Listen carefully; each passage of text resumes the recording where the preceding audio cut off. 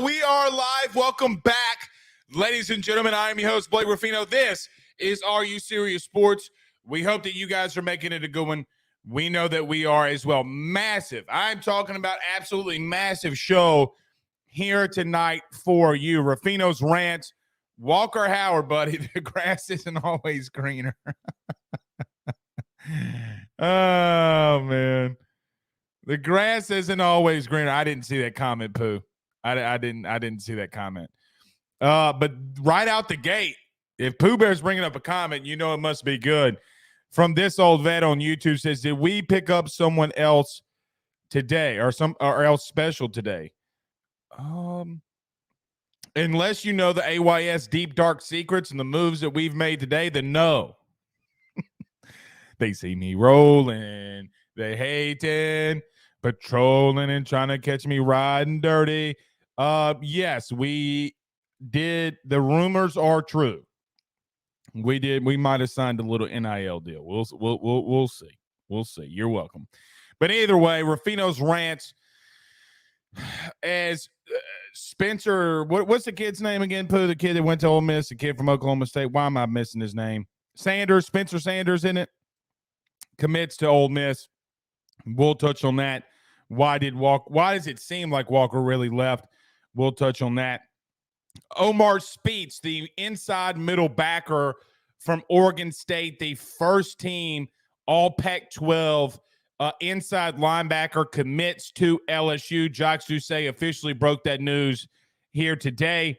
We'll talk on him. What does it mean for LSU? Does LSU really have any more holes now, as LSU has signed 11 guys from the transfer portal? What's crazy enough, 10 of them are from the defensive side of the ball.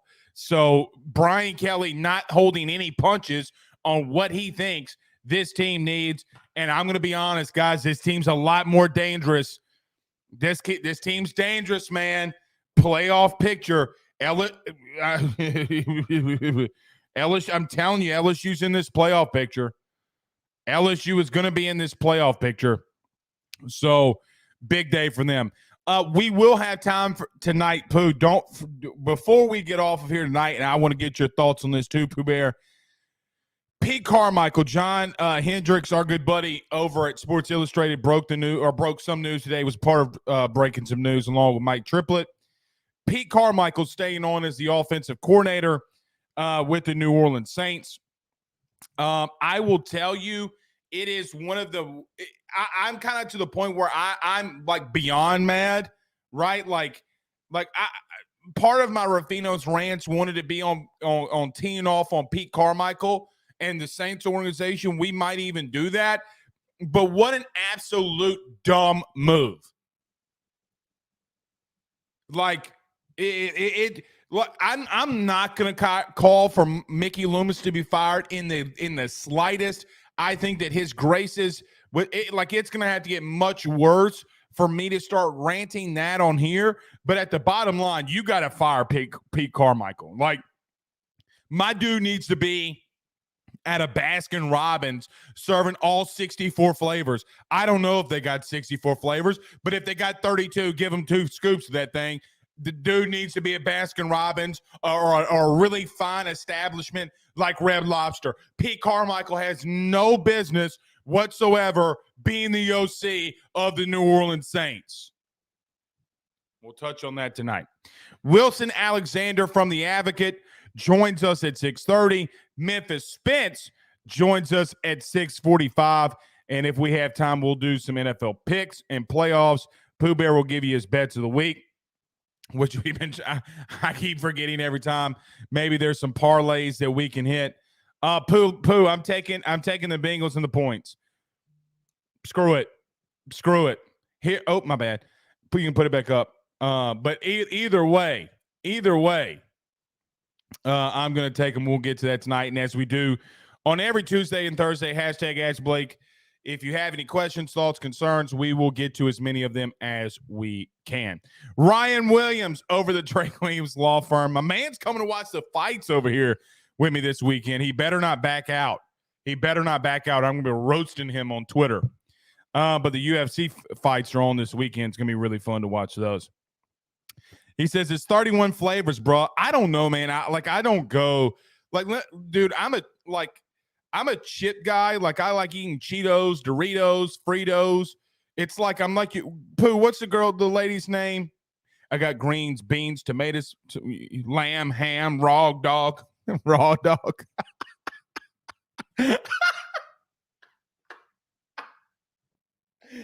Oh God. I'm not a Pastor Shirley Caesar. That's it. Palsa. But I'm like her with the chips, man. I'm not a big sweets guy. But in my past, when I was in college and I like to dabble in some greenery, I love some sweets, but not anymore. I am a strong Christian man in my Catholic faith. Michael Blanco, Pooh Bear Roses. Michael Blanco says we need a good 3-game parlay. Pooh can get it to you. I'm going to do the fights this weekend. That's what I think I'm going to pick. Marvin Mackey says, bro, I just slobbed. Massive pause. Massive pause. Yeah. Paul says, Ryan, it's 64 flavors if we're using Franktown math. Hashtag Franktown math. Well, I just got to throw this out there. Our good buddy, our good friend, Cortez Hankton was in Franktown today making some moves. I hear that maybe an offer is going to be coming around the horizon for some people out there in Franktown. So Franktown, what it do? Franktown, what it do? Shout out to Coach Cortez Hankton. H-Town Creole says this old vet Spece is that dude. I really wish they have got the UGA middle linebacker, but that was in the portal. But Spece is he's really good, man. Was a freshman All-American. Really turned it on this year. Had 83 tackles. Has guys in his career has 304 tackles. 25 of those tackles being for loss, has 3 interceptions. Can it translate to the SEC? We'll see, but he's instantly now your day one starter. He's next to Greg Penn. He's that dude. So, he's that dude. So, now you're filling holes. We'll talk about that as the show goes on. All right. We do got a lot that we have to talk about. Let's get into that right now. But everybody do us a favor before we get started. Everybody do us a favor by hitting the like and share. So many of you listening to us live on Facebook. Do us a favor by hitting the like and share. Share to all of those Facebook groups. Share to all of your social media pages. We greatly appreciate you doing that. If you're listening to us on YouTube, like, subscribe, notification bell. We're doing a lot more content. We're doing those shorts or whatever it's called. Like, I don't even know what those are called. We're doing a lot more of those. So you can subscribe, hit the notification bell. You'll get one. And don't forget to subscribe to the Ruffino and Joe show as we talk about the SEC and college football as well. If you listen to us on the TuneIn app, and especially our good friends over at XM Radio, big shout out to them and everything that they're doing with us. We appreciate that. And anywhere you listen to podcasts, rate, review, and subscribe as well. All right, let's get to our first break. Let's talk about our good friends over at betonline.ag. What does it mean that Omar Speights has committed to LSU? Now you're in the playoff picture. Now you're in the playoff hunt when it comes to week 1. We'll talk about that next. Walker Howard, grass isn't always greener. See you in 1 minute. BetOnline is the fastest and easiest way for you to wager on all of your favorite sports, contests, events with the first-to-market odds and lines. Find reviews for all the news for each league, including Major League Baseball, NFL, NBA, NHL, combat sports, college sports, esports, and even golf. BetOnline continues to be the top online resource for all of your sports information for live in-game betting, props, and futures. Head on over to BetOnline today and use your mobile device to join and make your first sports bet. Use our promo code BELIEVE50, that's BELIEVE50, BLEAV 50, to receive your 50% off welcome bonus on your first deposit. That's betonline.ag, betonline.ag. With over 65 years of experience, nobody is better equipped to service in your vehicle than GM Vardo and Sons. RV repair, big rig overhauls, motorhome chassis, routine maintenance, tire rotations, tire sales. No job is too big or too small over at GM. If you break down the side of the road in the greater Baton Rouge area, they will come and get you. And the best thing about that is that they can come and get you, and then they can bring your vehicle back to their shop and start the repairs right then. Again, GM Varno and Sons, go see them over at 2500 Fuller Boulevard. Give them a call at 225-664-9992, 225-664-9992. Tell them your good friend Blake Ruffino sent you on by. All right, everybody do us a favor by hitting the like and share. Don't be a square, hit the like and share. Holden Lee, let's get this thing rolling, y'all. He says, Holden says on YouTube, Omar is a beast, just needs more exposure. Well, I mean, I think he got some pretty fair exposure. I mean, look, if you want to see this kid flying all over the field, go watch the USC game from this past season. He went cuckoo for Cocoa Puffs. I think, if I'm not mistaken, I read this stat from a buddy of mine who works at Sirius XM out in San Diego. And when the news broke today that Speights was coming to LSU, he sent me a text and he said, did you know that Omar Speights was, and let's talk about it. We'll roll into it. Omar Speights was the number one linebacker in the country that made the most solo tackles on running plays. Let me repeat that. Omar Speights was the number one linebacker in the country that had the most solo tackles in the running game. So let's talk about some. I mean, look, you got Georgia linebackers out there, Bama linebackers. You got Baskerville that was out there doing some really good things. I mean, name the linebacker. Speights beat them in the run game for solo tackles. So it's not like he's just jumping on the pile like a kid in junior high, so his name will get announced over the loudspeaker. This isn't an assisted tackle. The dude is really, really good in the running game. As time has gone on since he's been at Oregon State, he's done much, much, much better in coverage. He's very deceptive in the way that he blitzes. He's very deceptive in his speed and how he covers. He's 6'1", 237 pounds, guys.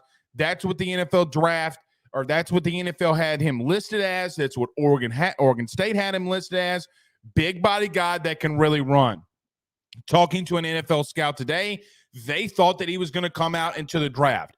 This is just a little bit, not having combine workout just from film. I talked with the NFL scout on my way home tonight about an hour ago, and he was telling me that, look, we would easily take him mid-second round right now without a combine, without an interview. Like, the kid's been that good. Now, the question has been, LSU has struggled with transfer linebackers. Pick one, you know who they are. But I still think that Jabril Cox was pretty good in what he did when he transferred from North Dakota State. I still think Mike Jones gave you some really quality reps last season before he got beat out. You've had some good dudes there. This guy's cut from a different cloth, though. You're talking about going and getting an All-American from a P5 school, right? So when you're able to go out and get an All-American, the question will always resonate, how does that translate into the SEC? Well, when you look at stuff like run stops, pass coverage, and PFF breaks him down, and he's literally and probably should have been the Pac-12's best defensive player. Guys, he would have been and was on the linebacker. What was it? What's the linebacker award, Pooh, that he was on? He was like a top finalist. I mean, this is more like you getting a top-tier guy. This isn't something that you're getting a guy that you have to kind of really worry about. But regardless, he is going to be a day one starter right next to Greg Penn. The Buckus Award. That's it. The Buckus Award. The other thing that this does, and the other thing that it takes the stress off of LSU on, is now with Omar Speights committing to LSU, you're not having to move Harold Perkins back into the middle or into the middle. You can let him do what he's born to do. Get after the passer, just be an outright playmaker. That's what he's going to be able to do, and that's going to be a big thing when it comes down to having the personnel. The point that I think that Brian Kelly sent with what he did in recruiting and what he did in the transfer portal. Guys, there's so many players that are in the portal, that hit the portal, that LSU could have gone after. They signed one offensive player, 10 guys defensively. I think you know what Brian Kelly was trying to achieve. They want to go more up-tempo offensively, that Jaden Daniels was really successful at. You had depth at all three positions now. Now you're ready to roll. And now on paper, well, let's see what happens in the spring. Let's see what happens this upcoming fall. We've got a long time. But now when you look at this defense on paper, guys, it's pretty freaking good. Last year, you had a lot of questions. Where would more pass rush come from?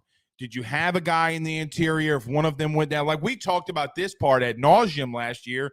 If one of the defensive tackles went down, could Mekhi Wingo step up? Well, he did. You return Mason Smith. You get Paris Shan. You get two edge rushers that you can play with. You obviously have Harold Perkins. You have the top edge rusher or top or one or two, wherever you want to put Deshaun Womack, one of the best edge rushers in the country, that you signed a bona fide 5-star that's already on campus, already working out, even though he's got a little bit of an injury, doing some things, doing rehab, doing treatment. Guys, this defense could be scary. Now, we've talked a lot about offense on this show. We talked about it a lot last night after the basketball game.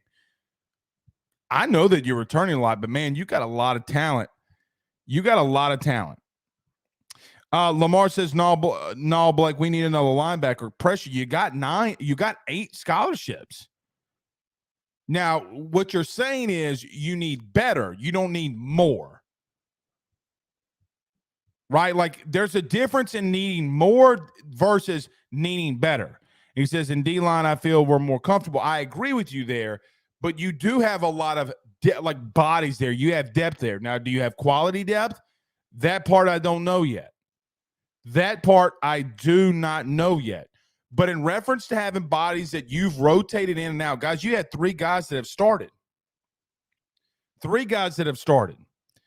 Pooh says, I want Demoy Kennedy as well from Alabama. Maybe you can go and get him. You know, like, man.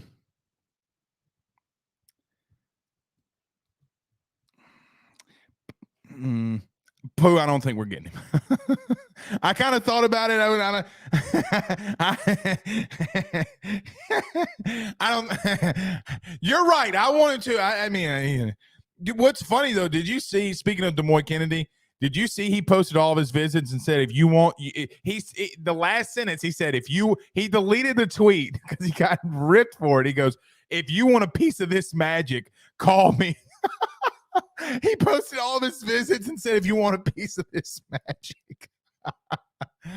Oh, that was funny. That was funny. Regardless, now you're in a position where you got all your start. Now, will you have to work some things out at corner? Yeah. I think J.K. Johnson might be one of the fastest players on this team. I mean, he certainly thinks that he may be. So does Zy Alexander. I mean, you just got dudes now. You got dudes. So I feel much more comfortable, and I know that you feel much more comfortable about all of it. But I will get to this Walker Howard thing in just a minute. But let me say this, and this goes, and you're gonna get nauseated. You're gonna be like, man, why is he talking about this again? But it is so refreshing, though, if you're an LSU fan or you're a booster or you're an alumni, that if something doesn't go LSU's way, that your head coach has a backup plan, and a damn good one. How many times has LSU been in recruiting or been doing anything in football? Even if you want to take 2019 out of it. But there's been so many times LSU has missed on somebody in recruiting and not had a backup plan. Brian Kelly maybe misses on somebody, or somebody that they want doesn't come here. They have legit backup plans for if something doesn't work and something doesn't happen. How that happens because, number one, you put a really good staff around you. This recruiting staff, whether it be Bobby, whether it be Jordan Arsenal, whether it be J.R. Belton, whether it be Sherman Wilson, who's really been a part of this defensive onslaught of guys, whether it be Will Redmond, like regardless of who it is, that's run down from Brian Kelly, right? Like he's the guy that put all this together.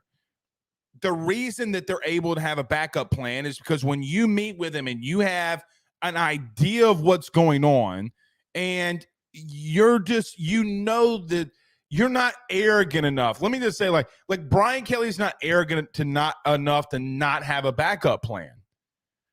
And now it just feels like to me that you have a grown-up that sits in that chair. You have a grown-up that sits in that seat, that if something doesn't go our way, we can pivot.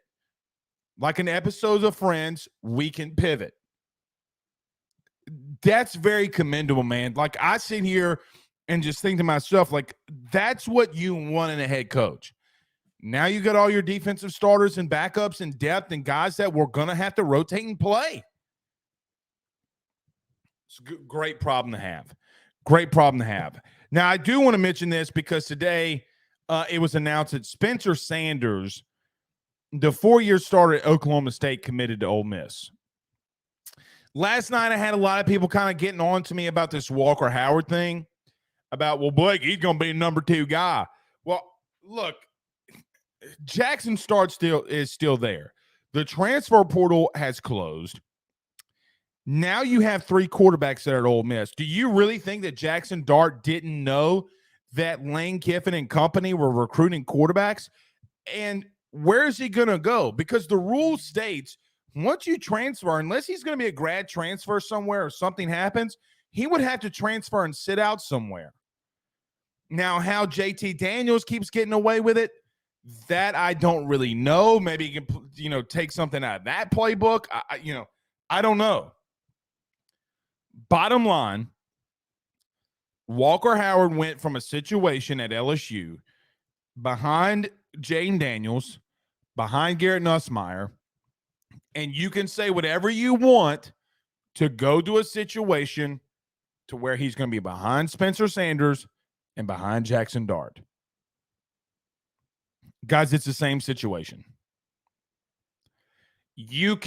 I know that your brain is a little fuzzy right now behind this Walker Howard stuff. Like, I get it. You're emotional behind it. You wanted him to be at LSU.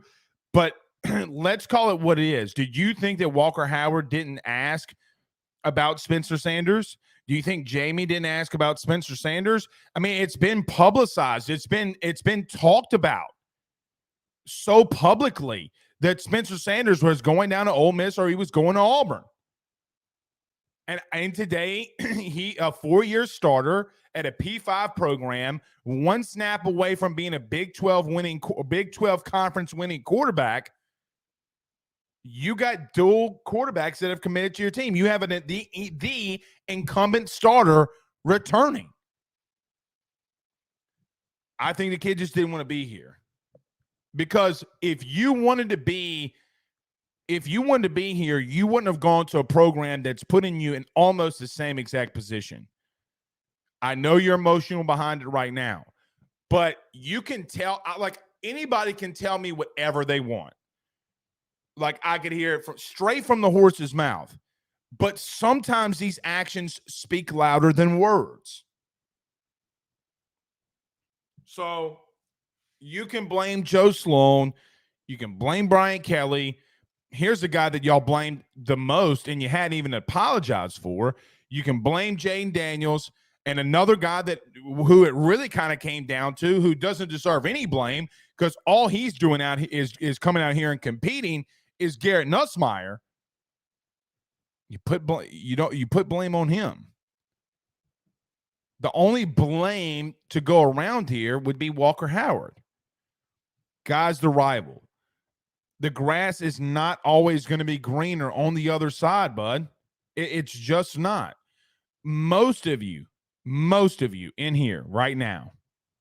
So the 240 of you that's listening to us live via stream, the other 207 of you that's listening to us on the radio or the TuneIn app.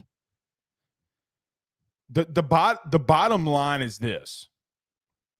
Okay, and I want all of you to listen to me, look at me, listen to me. LSU's going to be okay. LSU's going to be okay behind Walker Howard not being here. They just are. So hopefully it's the last time that we have to talk about it. But he's back into the same situation. Can he start? Can he play? That I don't know. Maybe he will start. I don't think you bring in Spencer Sanders, a 4-year starter, if you're going to bring in Walker Howard to start. I think Lane would have told Jackson Dart that, listen, we're going to get a couple more guys that we think that can start. You might want to look somewhere else. Ole Miss going to release him from his scholarship. They didn't. It's whether you like it or not, it's the same situation.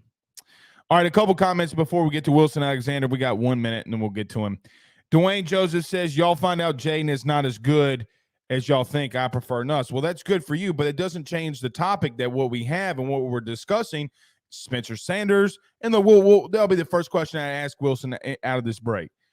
You have Spencer Sanders that's now at Ole Miss. You have Walker Howard that's now at Ole Miss, and obviously the incumbent Jackson Dart. To me, it feels a lot of the same situation, obviously, other than if Jackson Dart transfers. But again, the rule, like I posted on Twitter today, the rule states like you have the one-time freebie. He goes somewhere else, he's going to have to sit out. I don't think Jackson Dart's going to do that. All right, last one. Jamar Jackson says one player doesn't make or break a team. I agree with that. Unless your name's Joe Burrow.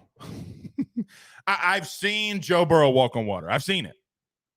Like, I've seen him part of Red Sea. I've seen him walk out of a press room and like heavenly light was shining on him. It's just truth. Ask Wilson. We'll talk to him next. Talk about our good friends over at Grandco, though, thegrandco.com. We return in 1 minute. Wilson Alexander from The Advocate joins us next. Guys, I've got to talk to you about our good friends over at Gramco. They are the Delta 8 company based out of the state of Florida. They're founded by college football junkies just like you and I am not sure if you're familiar with Delta 8, but you need to be. Gramco is the absolute leader in this field, and they have phenomenal products that I just need to tell you about. First off is the Wake and Bake coffee that is absolutely spectacular. The gummies are as well, as they're the best in the market. So go to thegramco.com right now and use the promo code AYS25. That's thegramco.com, AYS25 promo code to get 25% off of your order. Jump on this fast as it is perfect for holidays, anniversaries, and everyday use. Gramco is hemp-derived and completely legal inside of the state of Louisiana. No medical card is needed, and shipping is very discreet. You must be 21 years older to order. Again, that's thegramco.com. Use that promo code AYS25. All right, we're joined now by our good friend Wilson Alexander from The Advocate. Wilson, what's going on, man? How we doing tonight? Doing pretty well. How are you, Blake? Well, it's been a busy day. You know, Wilson, we went the whole week without, I guess maybe Walker Howard, but that's just like one thing. And then all of a sudden, it just all chaos kind of started breaking loose here today. It's been really fun. Look, Wilson, I'm going to give you the floor on this one. Spencer Sanders from Oklahoma State transfers to Ole Miss. Walker Howard also transfers to Ole Miss. What do you make of all this? It is a bit peculiar when you kind of compare the situation that he left at LSU to the one that he entered at Ole Miss. On the surface and just on their face, they look really similar in that you've got a returning starter. You've got now at Ole Miss, a transfer and that's also maybe ahead of you, at least certainly in terms of experience. Obviously, with LSU, you had two guys ahead of you as well. But maybe it is a little bit different if we dig into it because, Sanders might be the comp to Jaden Daniels in that, they've only, I think, both got 1 year left. And then Nussmeier would be the comparison to Jackson Dart.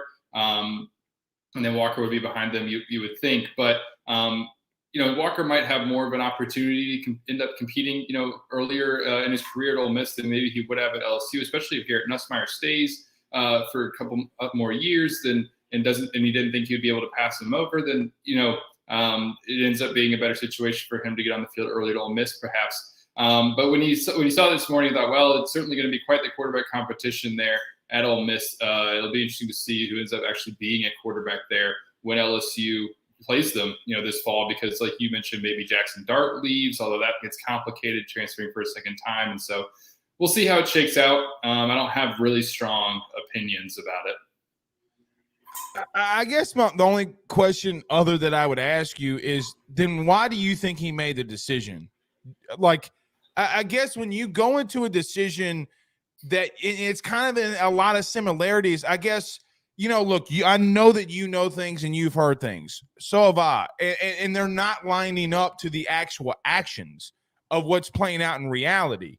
I guess when you put what you hear versus what's being said, out on the street, and you might know something, you probably know more than me, but just tell me, like, are you surprised by what's going on in all of this from LSU with Walker Howard, even into Ole Miss? Like, is there any kind of surprise with you at all? The surprise for me would maybe be the timing of it. I don't know if I know more than you do on this. I haven't had the chance to talk to Walker or even his dad Jamie.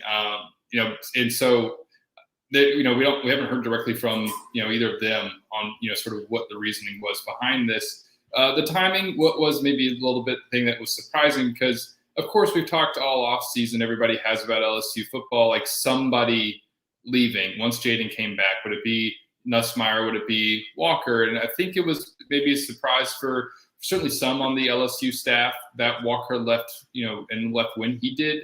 Brian Kelly had come out publicly after the Citrus Bowl, of course, and said that they expected all three quarterbacks going into the spring, that they'd already had those conversations, and it sounded kind of wrapped up. And so then for a few weeks after that, for Inter, that part was a little bit different because they definitely had those conversations, and they expected them, back on the roster. But for one of these quarterbacks to leave at some point before 2023 season wasn't a surprise at all, certainly. And so, he gets to try to, go somewhere else and earn some more playing time. And it's certainly one of the more surprising developments of this transfer season for LSU, but it's kind of is what it is at this point. LSU got some big news today by, obviously got some guys leaving. You had two guys leave yesterday or commit, and then you had Cordell Thomas leave yesterday. But LSU feels a massive need at linebacker, especially the off-ball position, and today getting Omar Speights. I guess what can you tell us about him and anything that you've seen on him? I mean, obviously a first-team Pac-12 guy, but obviously Wilson, he's got to come in and be an instant starter. Wouldn't you agree with that? He does, and I think he will be. It's reasonable to expect that he is going to slide right in next to Greg Penn at linebacker. This lets LSU do a couple of things. Whit Weeks, who's got a lot of buzz kind of building around him after what he did at the All-American game in the senior season that he had. He's going to be an early enrollee, which certainly helps. There's a lot of buzz, but it's tough to ask a freshman to come in right away and play, especially at a linebacker position like inside linebacker, where you need to know a lot of calls. You got to be able to fit the run. There's so much that goes into that. And they don't have to speed up his development. They don't have to speed up the development of Christian Brathwaite, who comes in, in the summer. Those guys can be brought along at a natural pace. And then, even West Weeks, who's already here, doesn't necessarily need the same amount of development, but he doesn't have to get thrust right into a starting role. He can compete for that maybe and continue to be a rotational guy. Now you've got some depth. And the biggest thing I think that it does is that it means that LSU doesn't have to really mess with moving Harold Perkins inside. It can still do that, certainly, if it wants to. Matt House decides and Harold, that seems like the natural progression, then great. But Matt House said, before the Citrus Bowl, I asked him about that. We already see Harold playing, and he said he's versatile enough to play inside, but they kind of want to use him the same way they did this year as an outside linebacker, free-flowing, be able to continue to pass rush and use that part of his game that is so dynamic and different from really anything else that you see in college football. You lose that if you move him inside, and he's got to stop the run and all those kinds of things. He doesn't get used as a pass rusher in the same way. And so he can continue to be that outside linebacker. You can move him inside if you want to, but you don't have to. And this is a guy who comes in who's able to do a lot of different things. Haven't dove in the tape a lot yet, but one of my former colleagues at The Advocate, Devin Jackson, who does some good stuff looking at draft prospects, pulled up some tape of him he's someone who's covered guys in the slot out at linebacker, and he's able to tackle in space well. I think there's some promising things that you like about him. And I mean, to be a guy who had started for 3 years straight as a full-time starter, really began to start his freshman year, over 300 career tackles. With that kind of experience, being a first-team All-Pac-12 guy, this is a really big pickup for LSU to be able to fill that last big remaining need. Wilson, I was joking earlier about the transfers. You got 11 of them, 10 of them on defense, 1 of them on offense. I think you pretty much know what Brian Kelly's going after. Are you surprised LSU hasn't added any more offensive weapons or offensive guys? I mean, I know that everybody's returning, and I get that, but we're at the 62, 63 scholarship mark. Like, you could have gone and gotten some more depth pieces offensively. Are you surprised that they didn't really go after more guys other than Aaron Anderson in the portal offensively? Not really. Even back into earlier December when I was talking to sources about, what kind of things LSU was looking for, offense didn't come up a whole lot. They might still, try to look in the portal for a veteran tight end. Getting Kamorian Pimpton was really helpful. That's not, necessary now per se, but if they were to get somebody to kind of help bridge the gap who they really liked at tight end, they might do that. So those 3 freshmen don't have to get thrust into things right away alongside Mason Taylor. But they feel really good about what they have coming back on offense. And the fact that John Emery came back, didn't go pro. You don't need to add another running back now. And so I think because of the guys who came back, that just they didn't need to go and find more players out of the transfer portal. Of course, they looked at Renfro, the center, from Cincinnati, who ended up choosing Wisconsin. So that would have been another offensive guy if he had gone to LSU.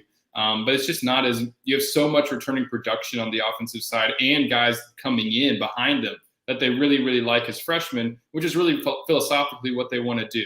They want to bring in these freshman classes and stack them on top of each other. And because they've signed those pieces really all across the offense, they just don't really feel the need to pursue a lot of transfer offensive players. This comes in from the text line, the AYS text line. Will says, #ask Wilson. Excuse me, his wording's not really up to par.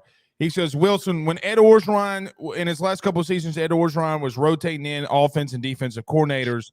Now Brian Kelly doesn't have any on-field staff guys leaving. Have you seen that in your career, Wilson, to kind of add on to this? Have you seen a coach really not have to go through much turnover at LSU since you've been here? I mean, because Ed, God bless him, he went through a lot of it. Now Brian Kelly is the polar opposite. Well, since I've covered LSU, all I had seen was turnover because I came in the 2019 season was my first year, and obviously we saw turnover after more that. Turnovers in a bakery, baby. Yeah, David Randall leaving and Joe Brady leaving and et cetera, et cetera. And then, of course, the last 2 years being, new coordinators and stuff. That's all I had seen. So to compare it to LSU and my time around here, I wouldn't be able to. But this isn't necessarily unusual. Right. Yeah, I mean, he's not going to be able to keep his entire staff together, especially if they keep winning forever. But, I mean, you look across college football and, you're usually able to keep coaches for a couple of seasons, certainly. I mean, Georgia has done that when, we heard so much kind of about their staff and all that leading up to national championship. And, they had a good bit of continuity in their staff. And so they're able to do it. And you have to consider the fact that LSU pays these assistants incredibly well. Right. They are compensated near the top of their positions across the country. And so it's rare that someone would maybe make a lateral move. But LSU also, it's built into their contracts this way where they don't have to pay as much of a buyout if they're getting promoted somewhere. And Brian Kelly said himself, if somebody is going to get promoted and have a bigger, opportunity, whether that's going from position coach to coordinator or coordinator to head coach or, back to the NFL or something like that for somebody, that he would be supportive of that. And so it's not uncommon. I had an SEC coach about 2 years ago or 3 years ago, I think, who had interviewed for my alma mater at Southeastern. And he literally told me, he goes, Blake, I would be making $750,000 less a year. No, I think I'm going to decline. So, I mean, like these guys are getting offers, but he's like, look, I'll fold towels for a living if I'm going to make the money I'm making now. All right, Wilson Alexander from The Advocate joins us. Wilson, when we sit here in August and we bring you on the show or the first week in September, are we looking at a playoff team with LSU? I know it's January, but are we looking at a playoff team in your opinion? Oh man, it's so far out. I don't like to look that far into the future because we just don't know how things are going to shake out around the country. You know, who's Alabama going to be playing at quarterback and all those sorts of things. I'll say this: I think that it is a team, especially because of what they brought in on the defensive side. Some of these transfer portal additions, we'll have to see how everything kind of comes together in spring practice and how they're feeling. You know, then and even into the preseason. But some of these guys look really, really promising. And so I think they've addressed the holes that they had on the defensive side. And I think it's a team that can maybe stay in the hunt for a college football playoff spot pretty late. It's going to be, you know, one of the favorites, maybe the favorite coming out of media days to win the West. And we'll see, though. We'll see. I don't want to put any predictions on it in January, but I do think it's going to be a competitive team that, you know, is going to be, you know, in the hunt and maybe if it can, you know, maybe it can get there. But it's also not the end of the world in year two if it doesn't, as much as LSU fans would like to see that. It would still be ahead of schedule if even, I mean, they were number 5 in the country in late November this year. That's going to be hard to repeat, but I think LSU does have the capability, especially if it beats Florida State week 1, to kind of stay around there and be in the conversation. We'll see. They're not going to remember what you say in January. I lie. They remember everything you say. Don't believe nobody. All right, I lied. Last one. Who hits the first home run for LSU? Well, we're about a month away from LSU baseball. Who do you think tees it off first? I'm going to go with Tommy White.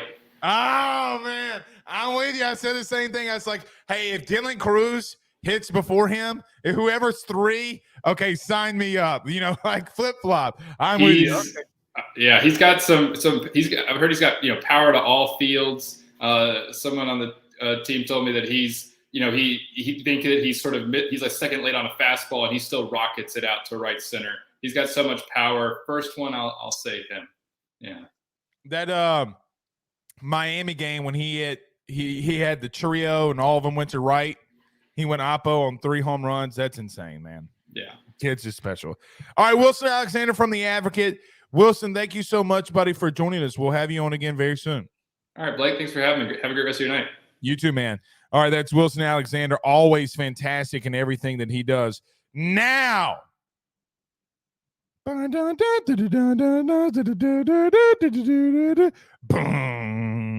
somebody pull up the Bulls 1991 intro? Boom. He's coming up next. You've been asking. Memphis Spence going to join us next. But just to recap on what Wilson said, I agree with him. It is a little far out, but we'll see. We'll see.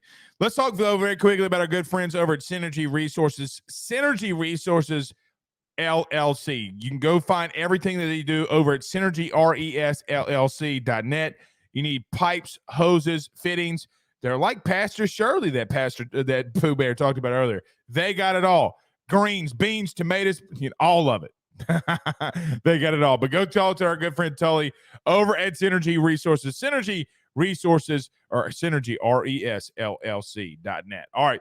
So talk about good friends over the Drake Williams Law Firm, drakewilliamslawfirm.com. We return with 45 seconds. Memphis Spence. But hold on. Pooh Bear says, due to copyright, the Bulls intro will not be played. Oh, that's true. I didn't think about that. Thank you for saving me. 45 seconds. We return. Memphis Spence next. By the Drake Williams Law Firm, drakewilliamslawfirm.com. Whether you've been injured in an accident, you're preparing for a future with your estate planning, you're getting ready to close in on a real estate deal, or you're about to welcome a new addition through adoption into your family, or you're facing criminal charges, you need very experienced attorneys, and that is what the Drake Williams Law Firm will be able to do for you in navigating the legal system. The door to their cozy office in historic downtown Ponchatoula has been open since 1981. They have helped thousands and thousands of Louisiana families and individuals win cases, close on real estate deals, and regain that peace of mind. Their lawyers over at the Drake Williams Law Firm, Ernie Drake III, Ryan J. Williams, and Summer Vignair, are very determined, compassionate, and dedicated to their craft. It's the Drake Williams Law Firm, drakewilliamslawfirm.com. Give them a call today at 985-386-7600. Tell them your good friend Blake Ruffino at AYS sent you on by. The man, the myth, the legend. What do you got on in the background? Is that Micah Baskerville? It is. Your left shoulder. What you It doing? is. It is Michael Baskerville. What you doing So- with a Micah Baskerville interview on behind you? Well, so I'm checking them out, man. So next week, I'll be at the NFLPA Collegiate Bowl. It's one of the biggest things that Sports Radio America broadcasts. We do the radio. NFL Network does the TV. Mike is there. Micah and as a matter of fact, I'm glad I came on with you because I'm about to interview you about Micah. We've been sitting here mulling him over, trying to get him. Let's see if he can get into the NFL. He's not bad. 80 plus tackles in his last couple of years, but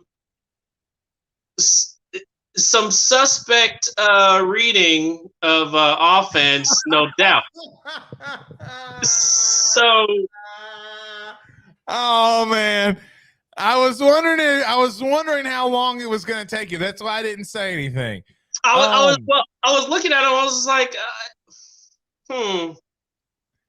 It's funny because he has the build, right? 6'1", 230, 235, right? speed, right? Can fly. Dude can really run.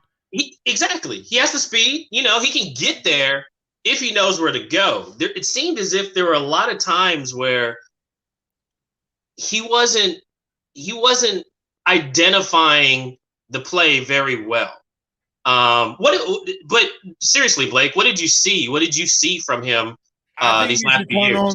I think you should turn on the Ole Miss game. So Ole Miss is a team that pulls a lot of guard tackle combos, a lot of counter. Okay. I think as the season went on, and here's what I know and believe. Okay. What I know is Micah went through some situations at his time at LSU that kept him off the field. Okay. It also kept him off the field for taking first team reps. Right. And I think when you see high explosions from Micah Baskerville, the last part of this past season, from let's just call it Ole Miss on, especially against Bama, and in 2021, when I would say Bama again, when you go from Bama on and he does as well as he does, I think once the season started going and he didn't have to necessarily worry about school and all the other BS that you got to worry about, and he had the ability to go and play, he's a problem. He's a real problem. There were times where in the Georgia game that I think he got a little bullied, okay? But that's because his defensive line didn't give him a lot of help. Right. I think right now, in my opinion, outside of having a strong weekend or strong time with you guys at whatever it is that he's doing, yeah, it has not. The biggest thing for him is going to be in the interview room. Great kid, great football mind. I think if he's just able to sit down and play football the entire time, Memphis, I'll make this projection. There's going to be somebody that gets hurt, a team that he gets drafted on, somebody's going to get hurt, and he's going to start, and he's not going to come out the lineup. He's done that 3 straight seasons at LSU. Mm-hmm. How he just does that, I don't know. But once he turns it on, the Ole Miss game was the best game that he's ever played. Okay. Okay. What he did now, and it was a lot of a product. Now I'm talking a lot, but it's a lot of a product of his career. The game mirrored his career. Ole Miss came out early. Judkins ran right at him. He actually got run over, but as the game got on, they ran a little speed option with Judkins, and he got tracked down. And then he did some really good things. He had a massive pick six, or was it a pick six against Florida in 21? He did have an interception. Yeah, I believe that was against Florida. I was just watching that game. As a matter of fact. Not just this year, but last year. Look, Florida he will be arrested on sight if he steps sight in Florida because he killed him every time. I mean, they will place him under arrest for homicide for killing Billy Napier's offense. Like he needs to be placed under arrest for homicide for killing Billy Napier. That's all that I know. Yeah. Good kid. All right. Thank you for letting us know what you're doing. That's really interesting. Glad that you were watching Micah Bashville. All right, Spencer, got a question for you. What's up? Who in the good wide world is going to be on top of this top next season? Like, I mean, this is the most wide open that I remember college football ever being. Am I wrong? No, you're not.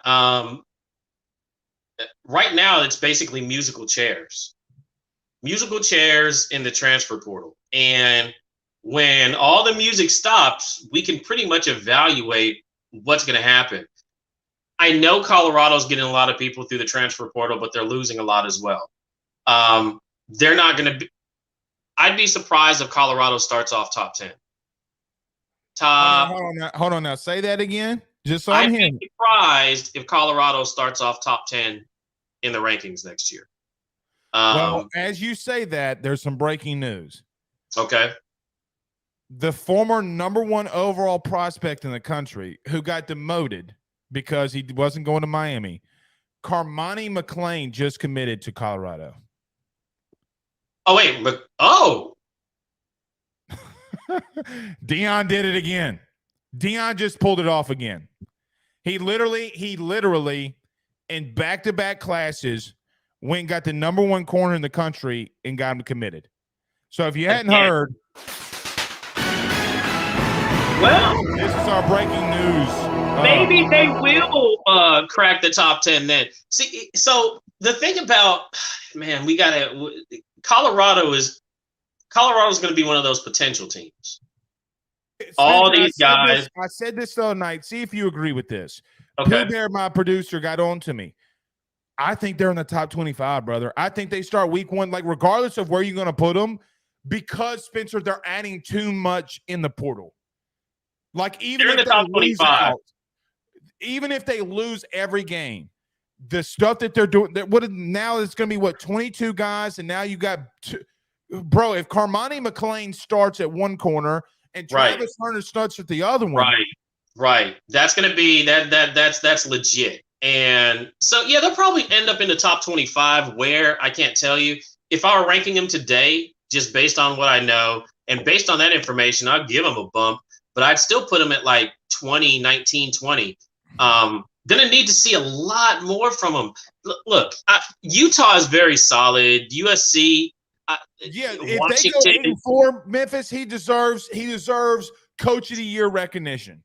Yes. Well, if he wins the Pac-12 year 1, then he will break college football. He will get Coach of the Year. I'll be voting for that. But I know that he has his hands full there in Colorado. I guarantee you, Blake. He had the carpet rolled out for him at J-State. He really did. And Colorado, even though they're trying to, this is a different situation. I want to see how Deion takes this on. Because if he comes out here, even if he finishes top 3 in the Pac-12 year 1, that's quite an accomplishment. I mean, and you can ask a lot of those coaches there. It's still a competitive league. It ain't the SEC. It's not the Big Ten, but it's still competitive. And the teams there seem to play each other much better than they do everybody else. Like that. They play the SEC, they get stumped. But, they play each other, and it's a game. UCLA, USC was a game. USC, Utah wasn't as much of a game as it should have been, but it's still a game. If Colorado can stick their head in there, and there are like 5-6 legit programs still in the Pac-12. 2 of them, of course, are going to the Pac-10. But if Deion sticks his head in there, gets that talent where he wants it on the field, and they end up top 3, I still think he's a candidate for Coach of the Year. Wins the Pac-12, I'm voting for him. I'll say that right on air right now. I agree with some of these comments are flying in, and I was going to tell you this anyway. Yeah. The only thing that worries me with Deion, brother, you win the game up front. Right? Like you win the game up front, and he's not Spence, he's not recruiting well there. So either this is going to go really good for Deion, or excuse me for saying this, shit's going to hit the fan really early. And, right? Like, and look, I expect the latter, but if the former happens, look, I expect the offensive and defensive line, and you know that we've talked about this, Blake. That's the bread and butter. If you don't have that, you can't do anything. You can put Tom Brady back there, but if you don't give him 2 seconds to pass the ball, they did. I mean, look at the Bucs this year, Memphis. Exactly. I mean, exactly. Look at them this year. Exactly. So, you know, your quarterback only matters as much as your offensive line can give him time. Then you can let the quarterback do something.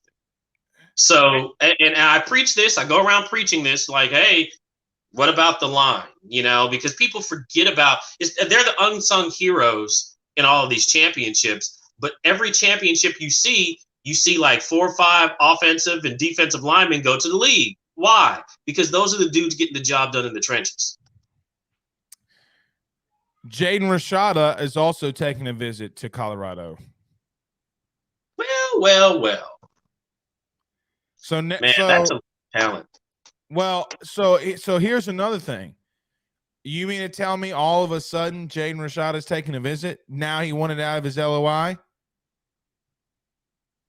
Now, listen, Memphis, I'm going to say something. And a lot of people are going to rip me alive on this, but I know that you know because you run in the same circles that I do.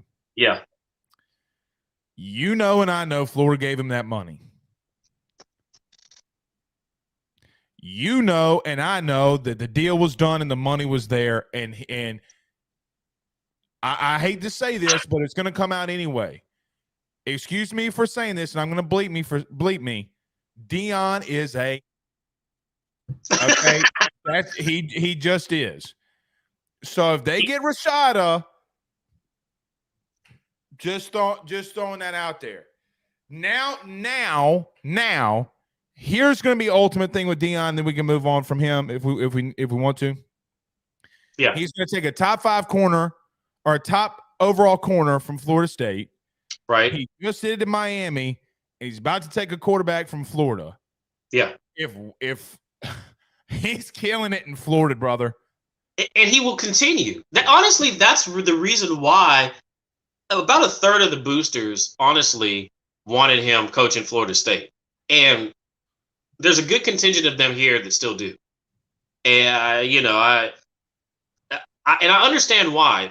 Recruiting here, Deion's still a legend here, you know, and recruiting here for him would be easy. You can see, look how easily he's taking away to Colorado. Now, I don't do any skiing. Do you do any skiing? I'm just asking you because likewise, you know, I'll bust my knee out. So what else is there to do in Colorado? Well, I'm also too poor to ski.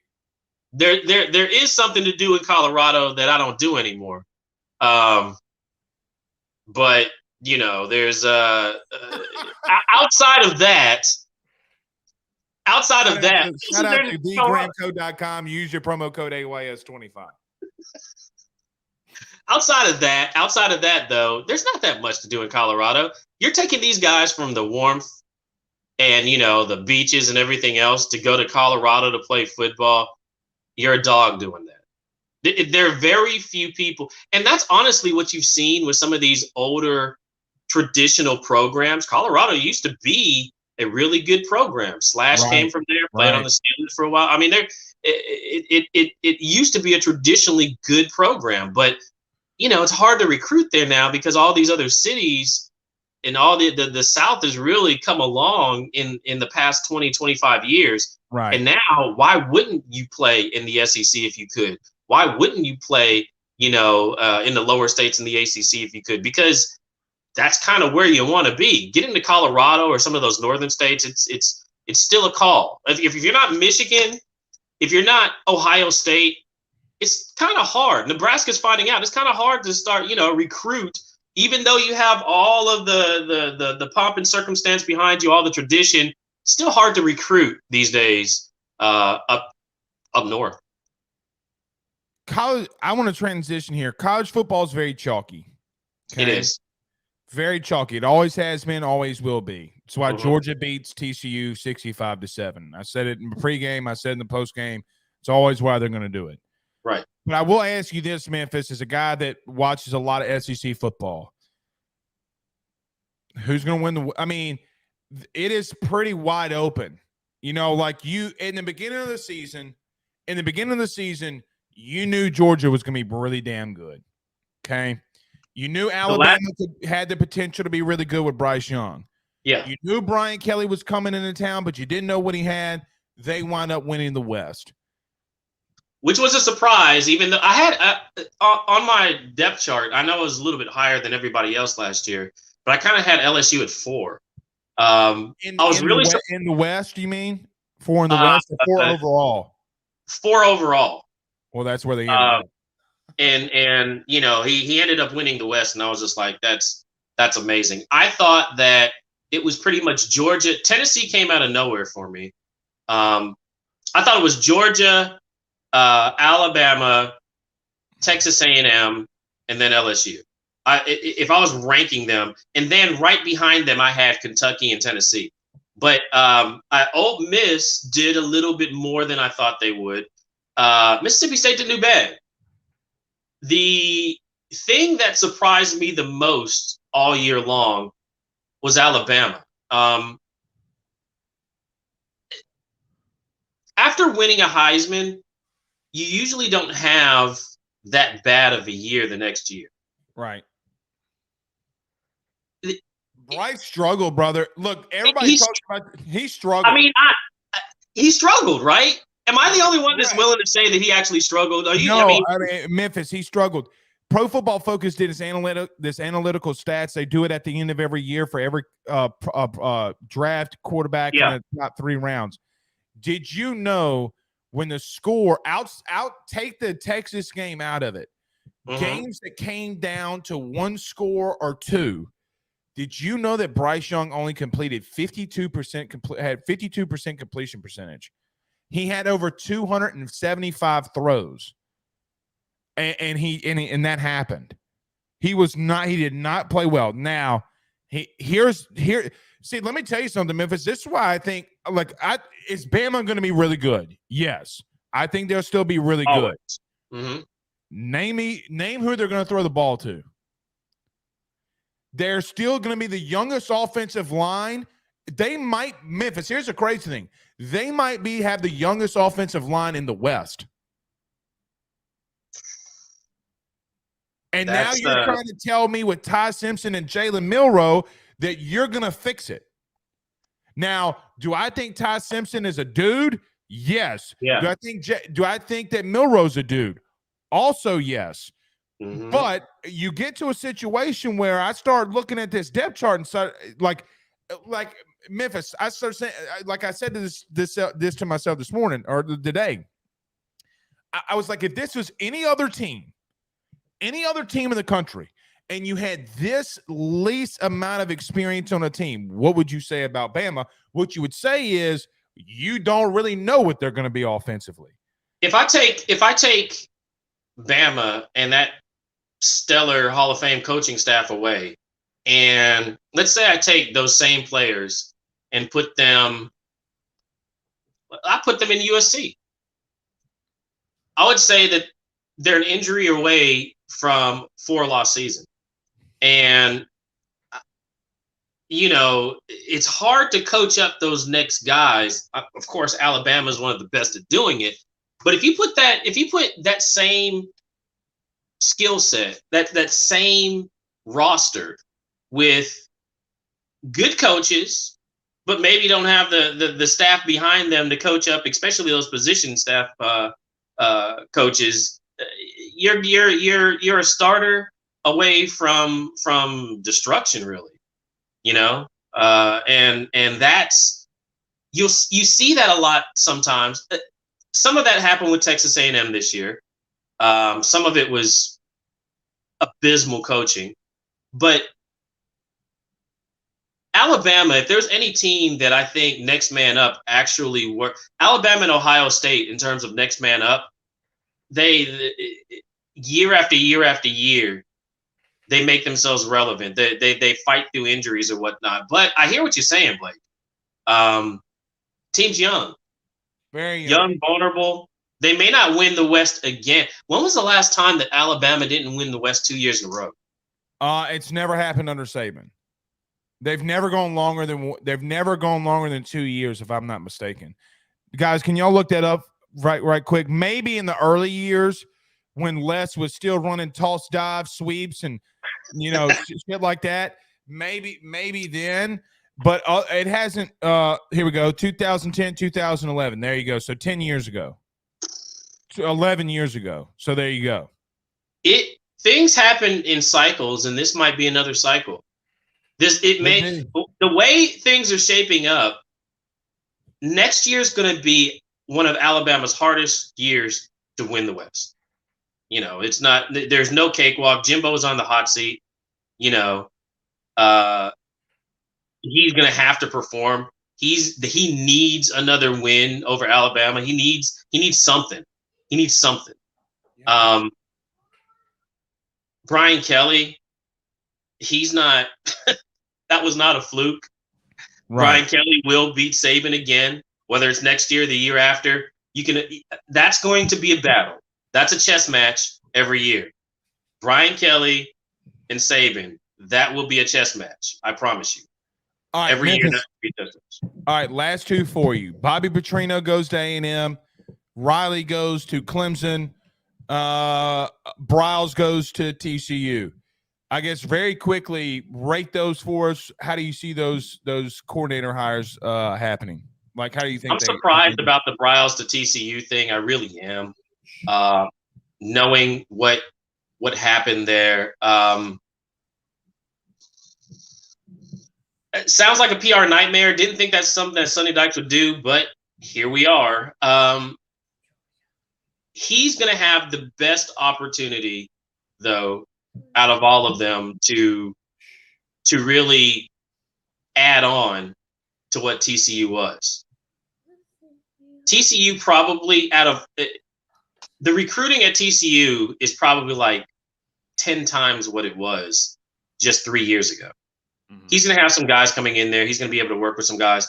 If the media and the circus that'll be around, Briles, if that dies down, if that gets quelched at some point in time, and he has some time to work, he's really gonna. TCU could win the Big 12 again next year, and for the foreseeable future. Bobby Petrino's interesting. I didn't know that Bobby Petrino. I always see him as a head coach now. Seeing him as a coordinator, it's going to be very interesting to watch that happen. You may see some egos start, jabbing at each other mid-season because Petrino's kind of a hothead, and Jimbo, he's going to hold his own. But if they can keep their egos in check and get on the same page, that may be something that may be the key to A&M actually being talked about late October, to be honest with you.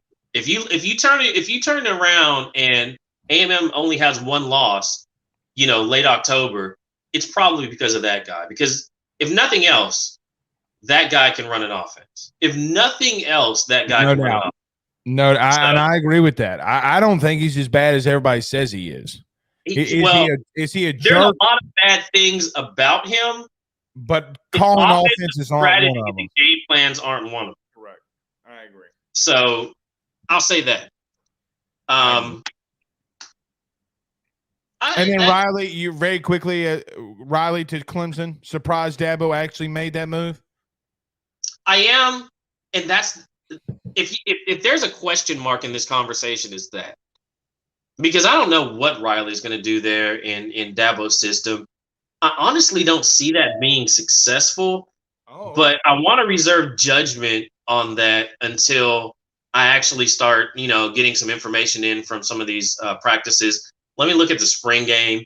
I hate to say that wasn't a good move, but it may be the only move that he could make at this point. And if it works out, it works out. But initially, the other two hires are better than that one. I will say this as we close out.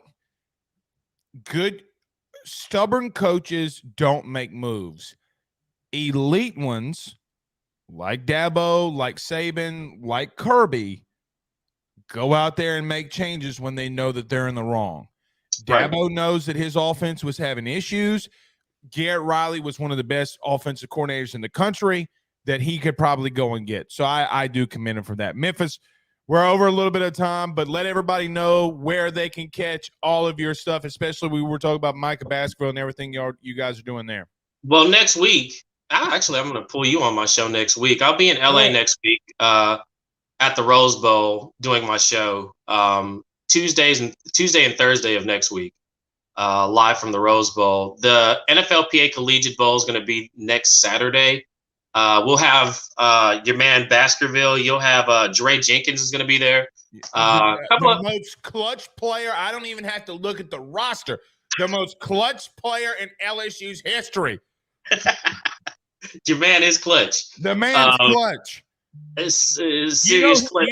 You know he all 6 touchdowns came in clutch time. I don't call it crunch time anymore. When Jenkins is involved, I call it clutch time, not crunch time.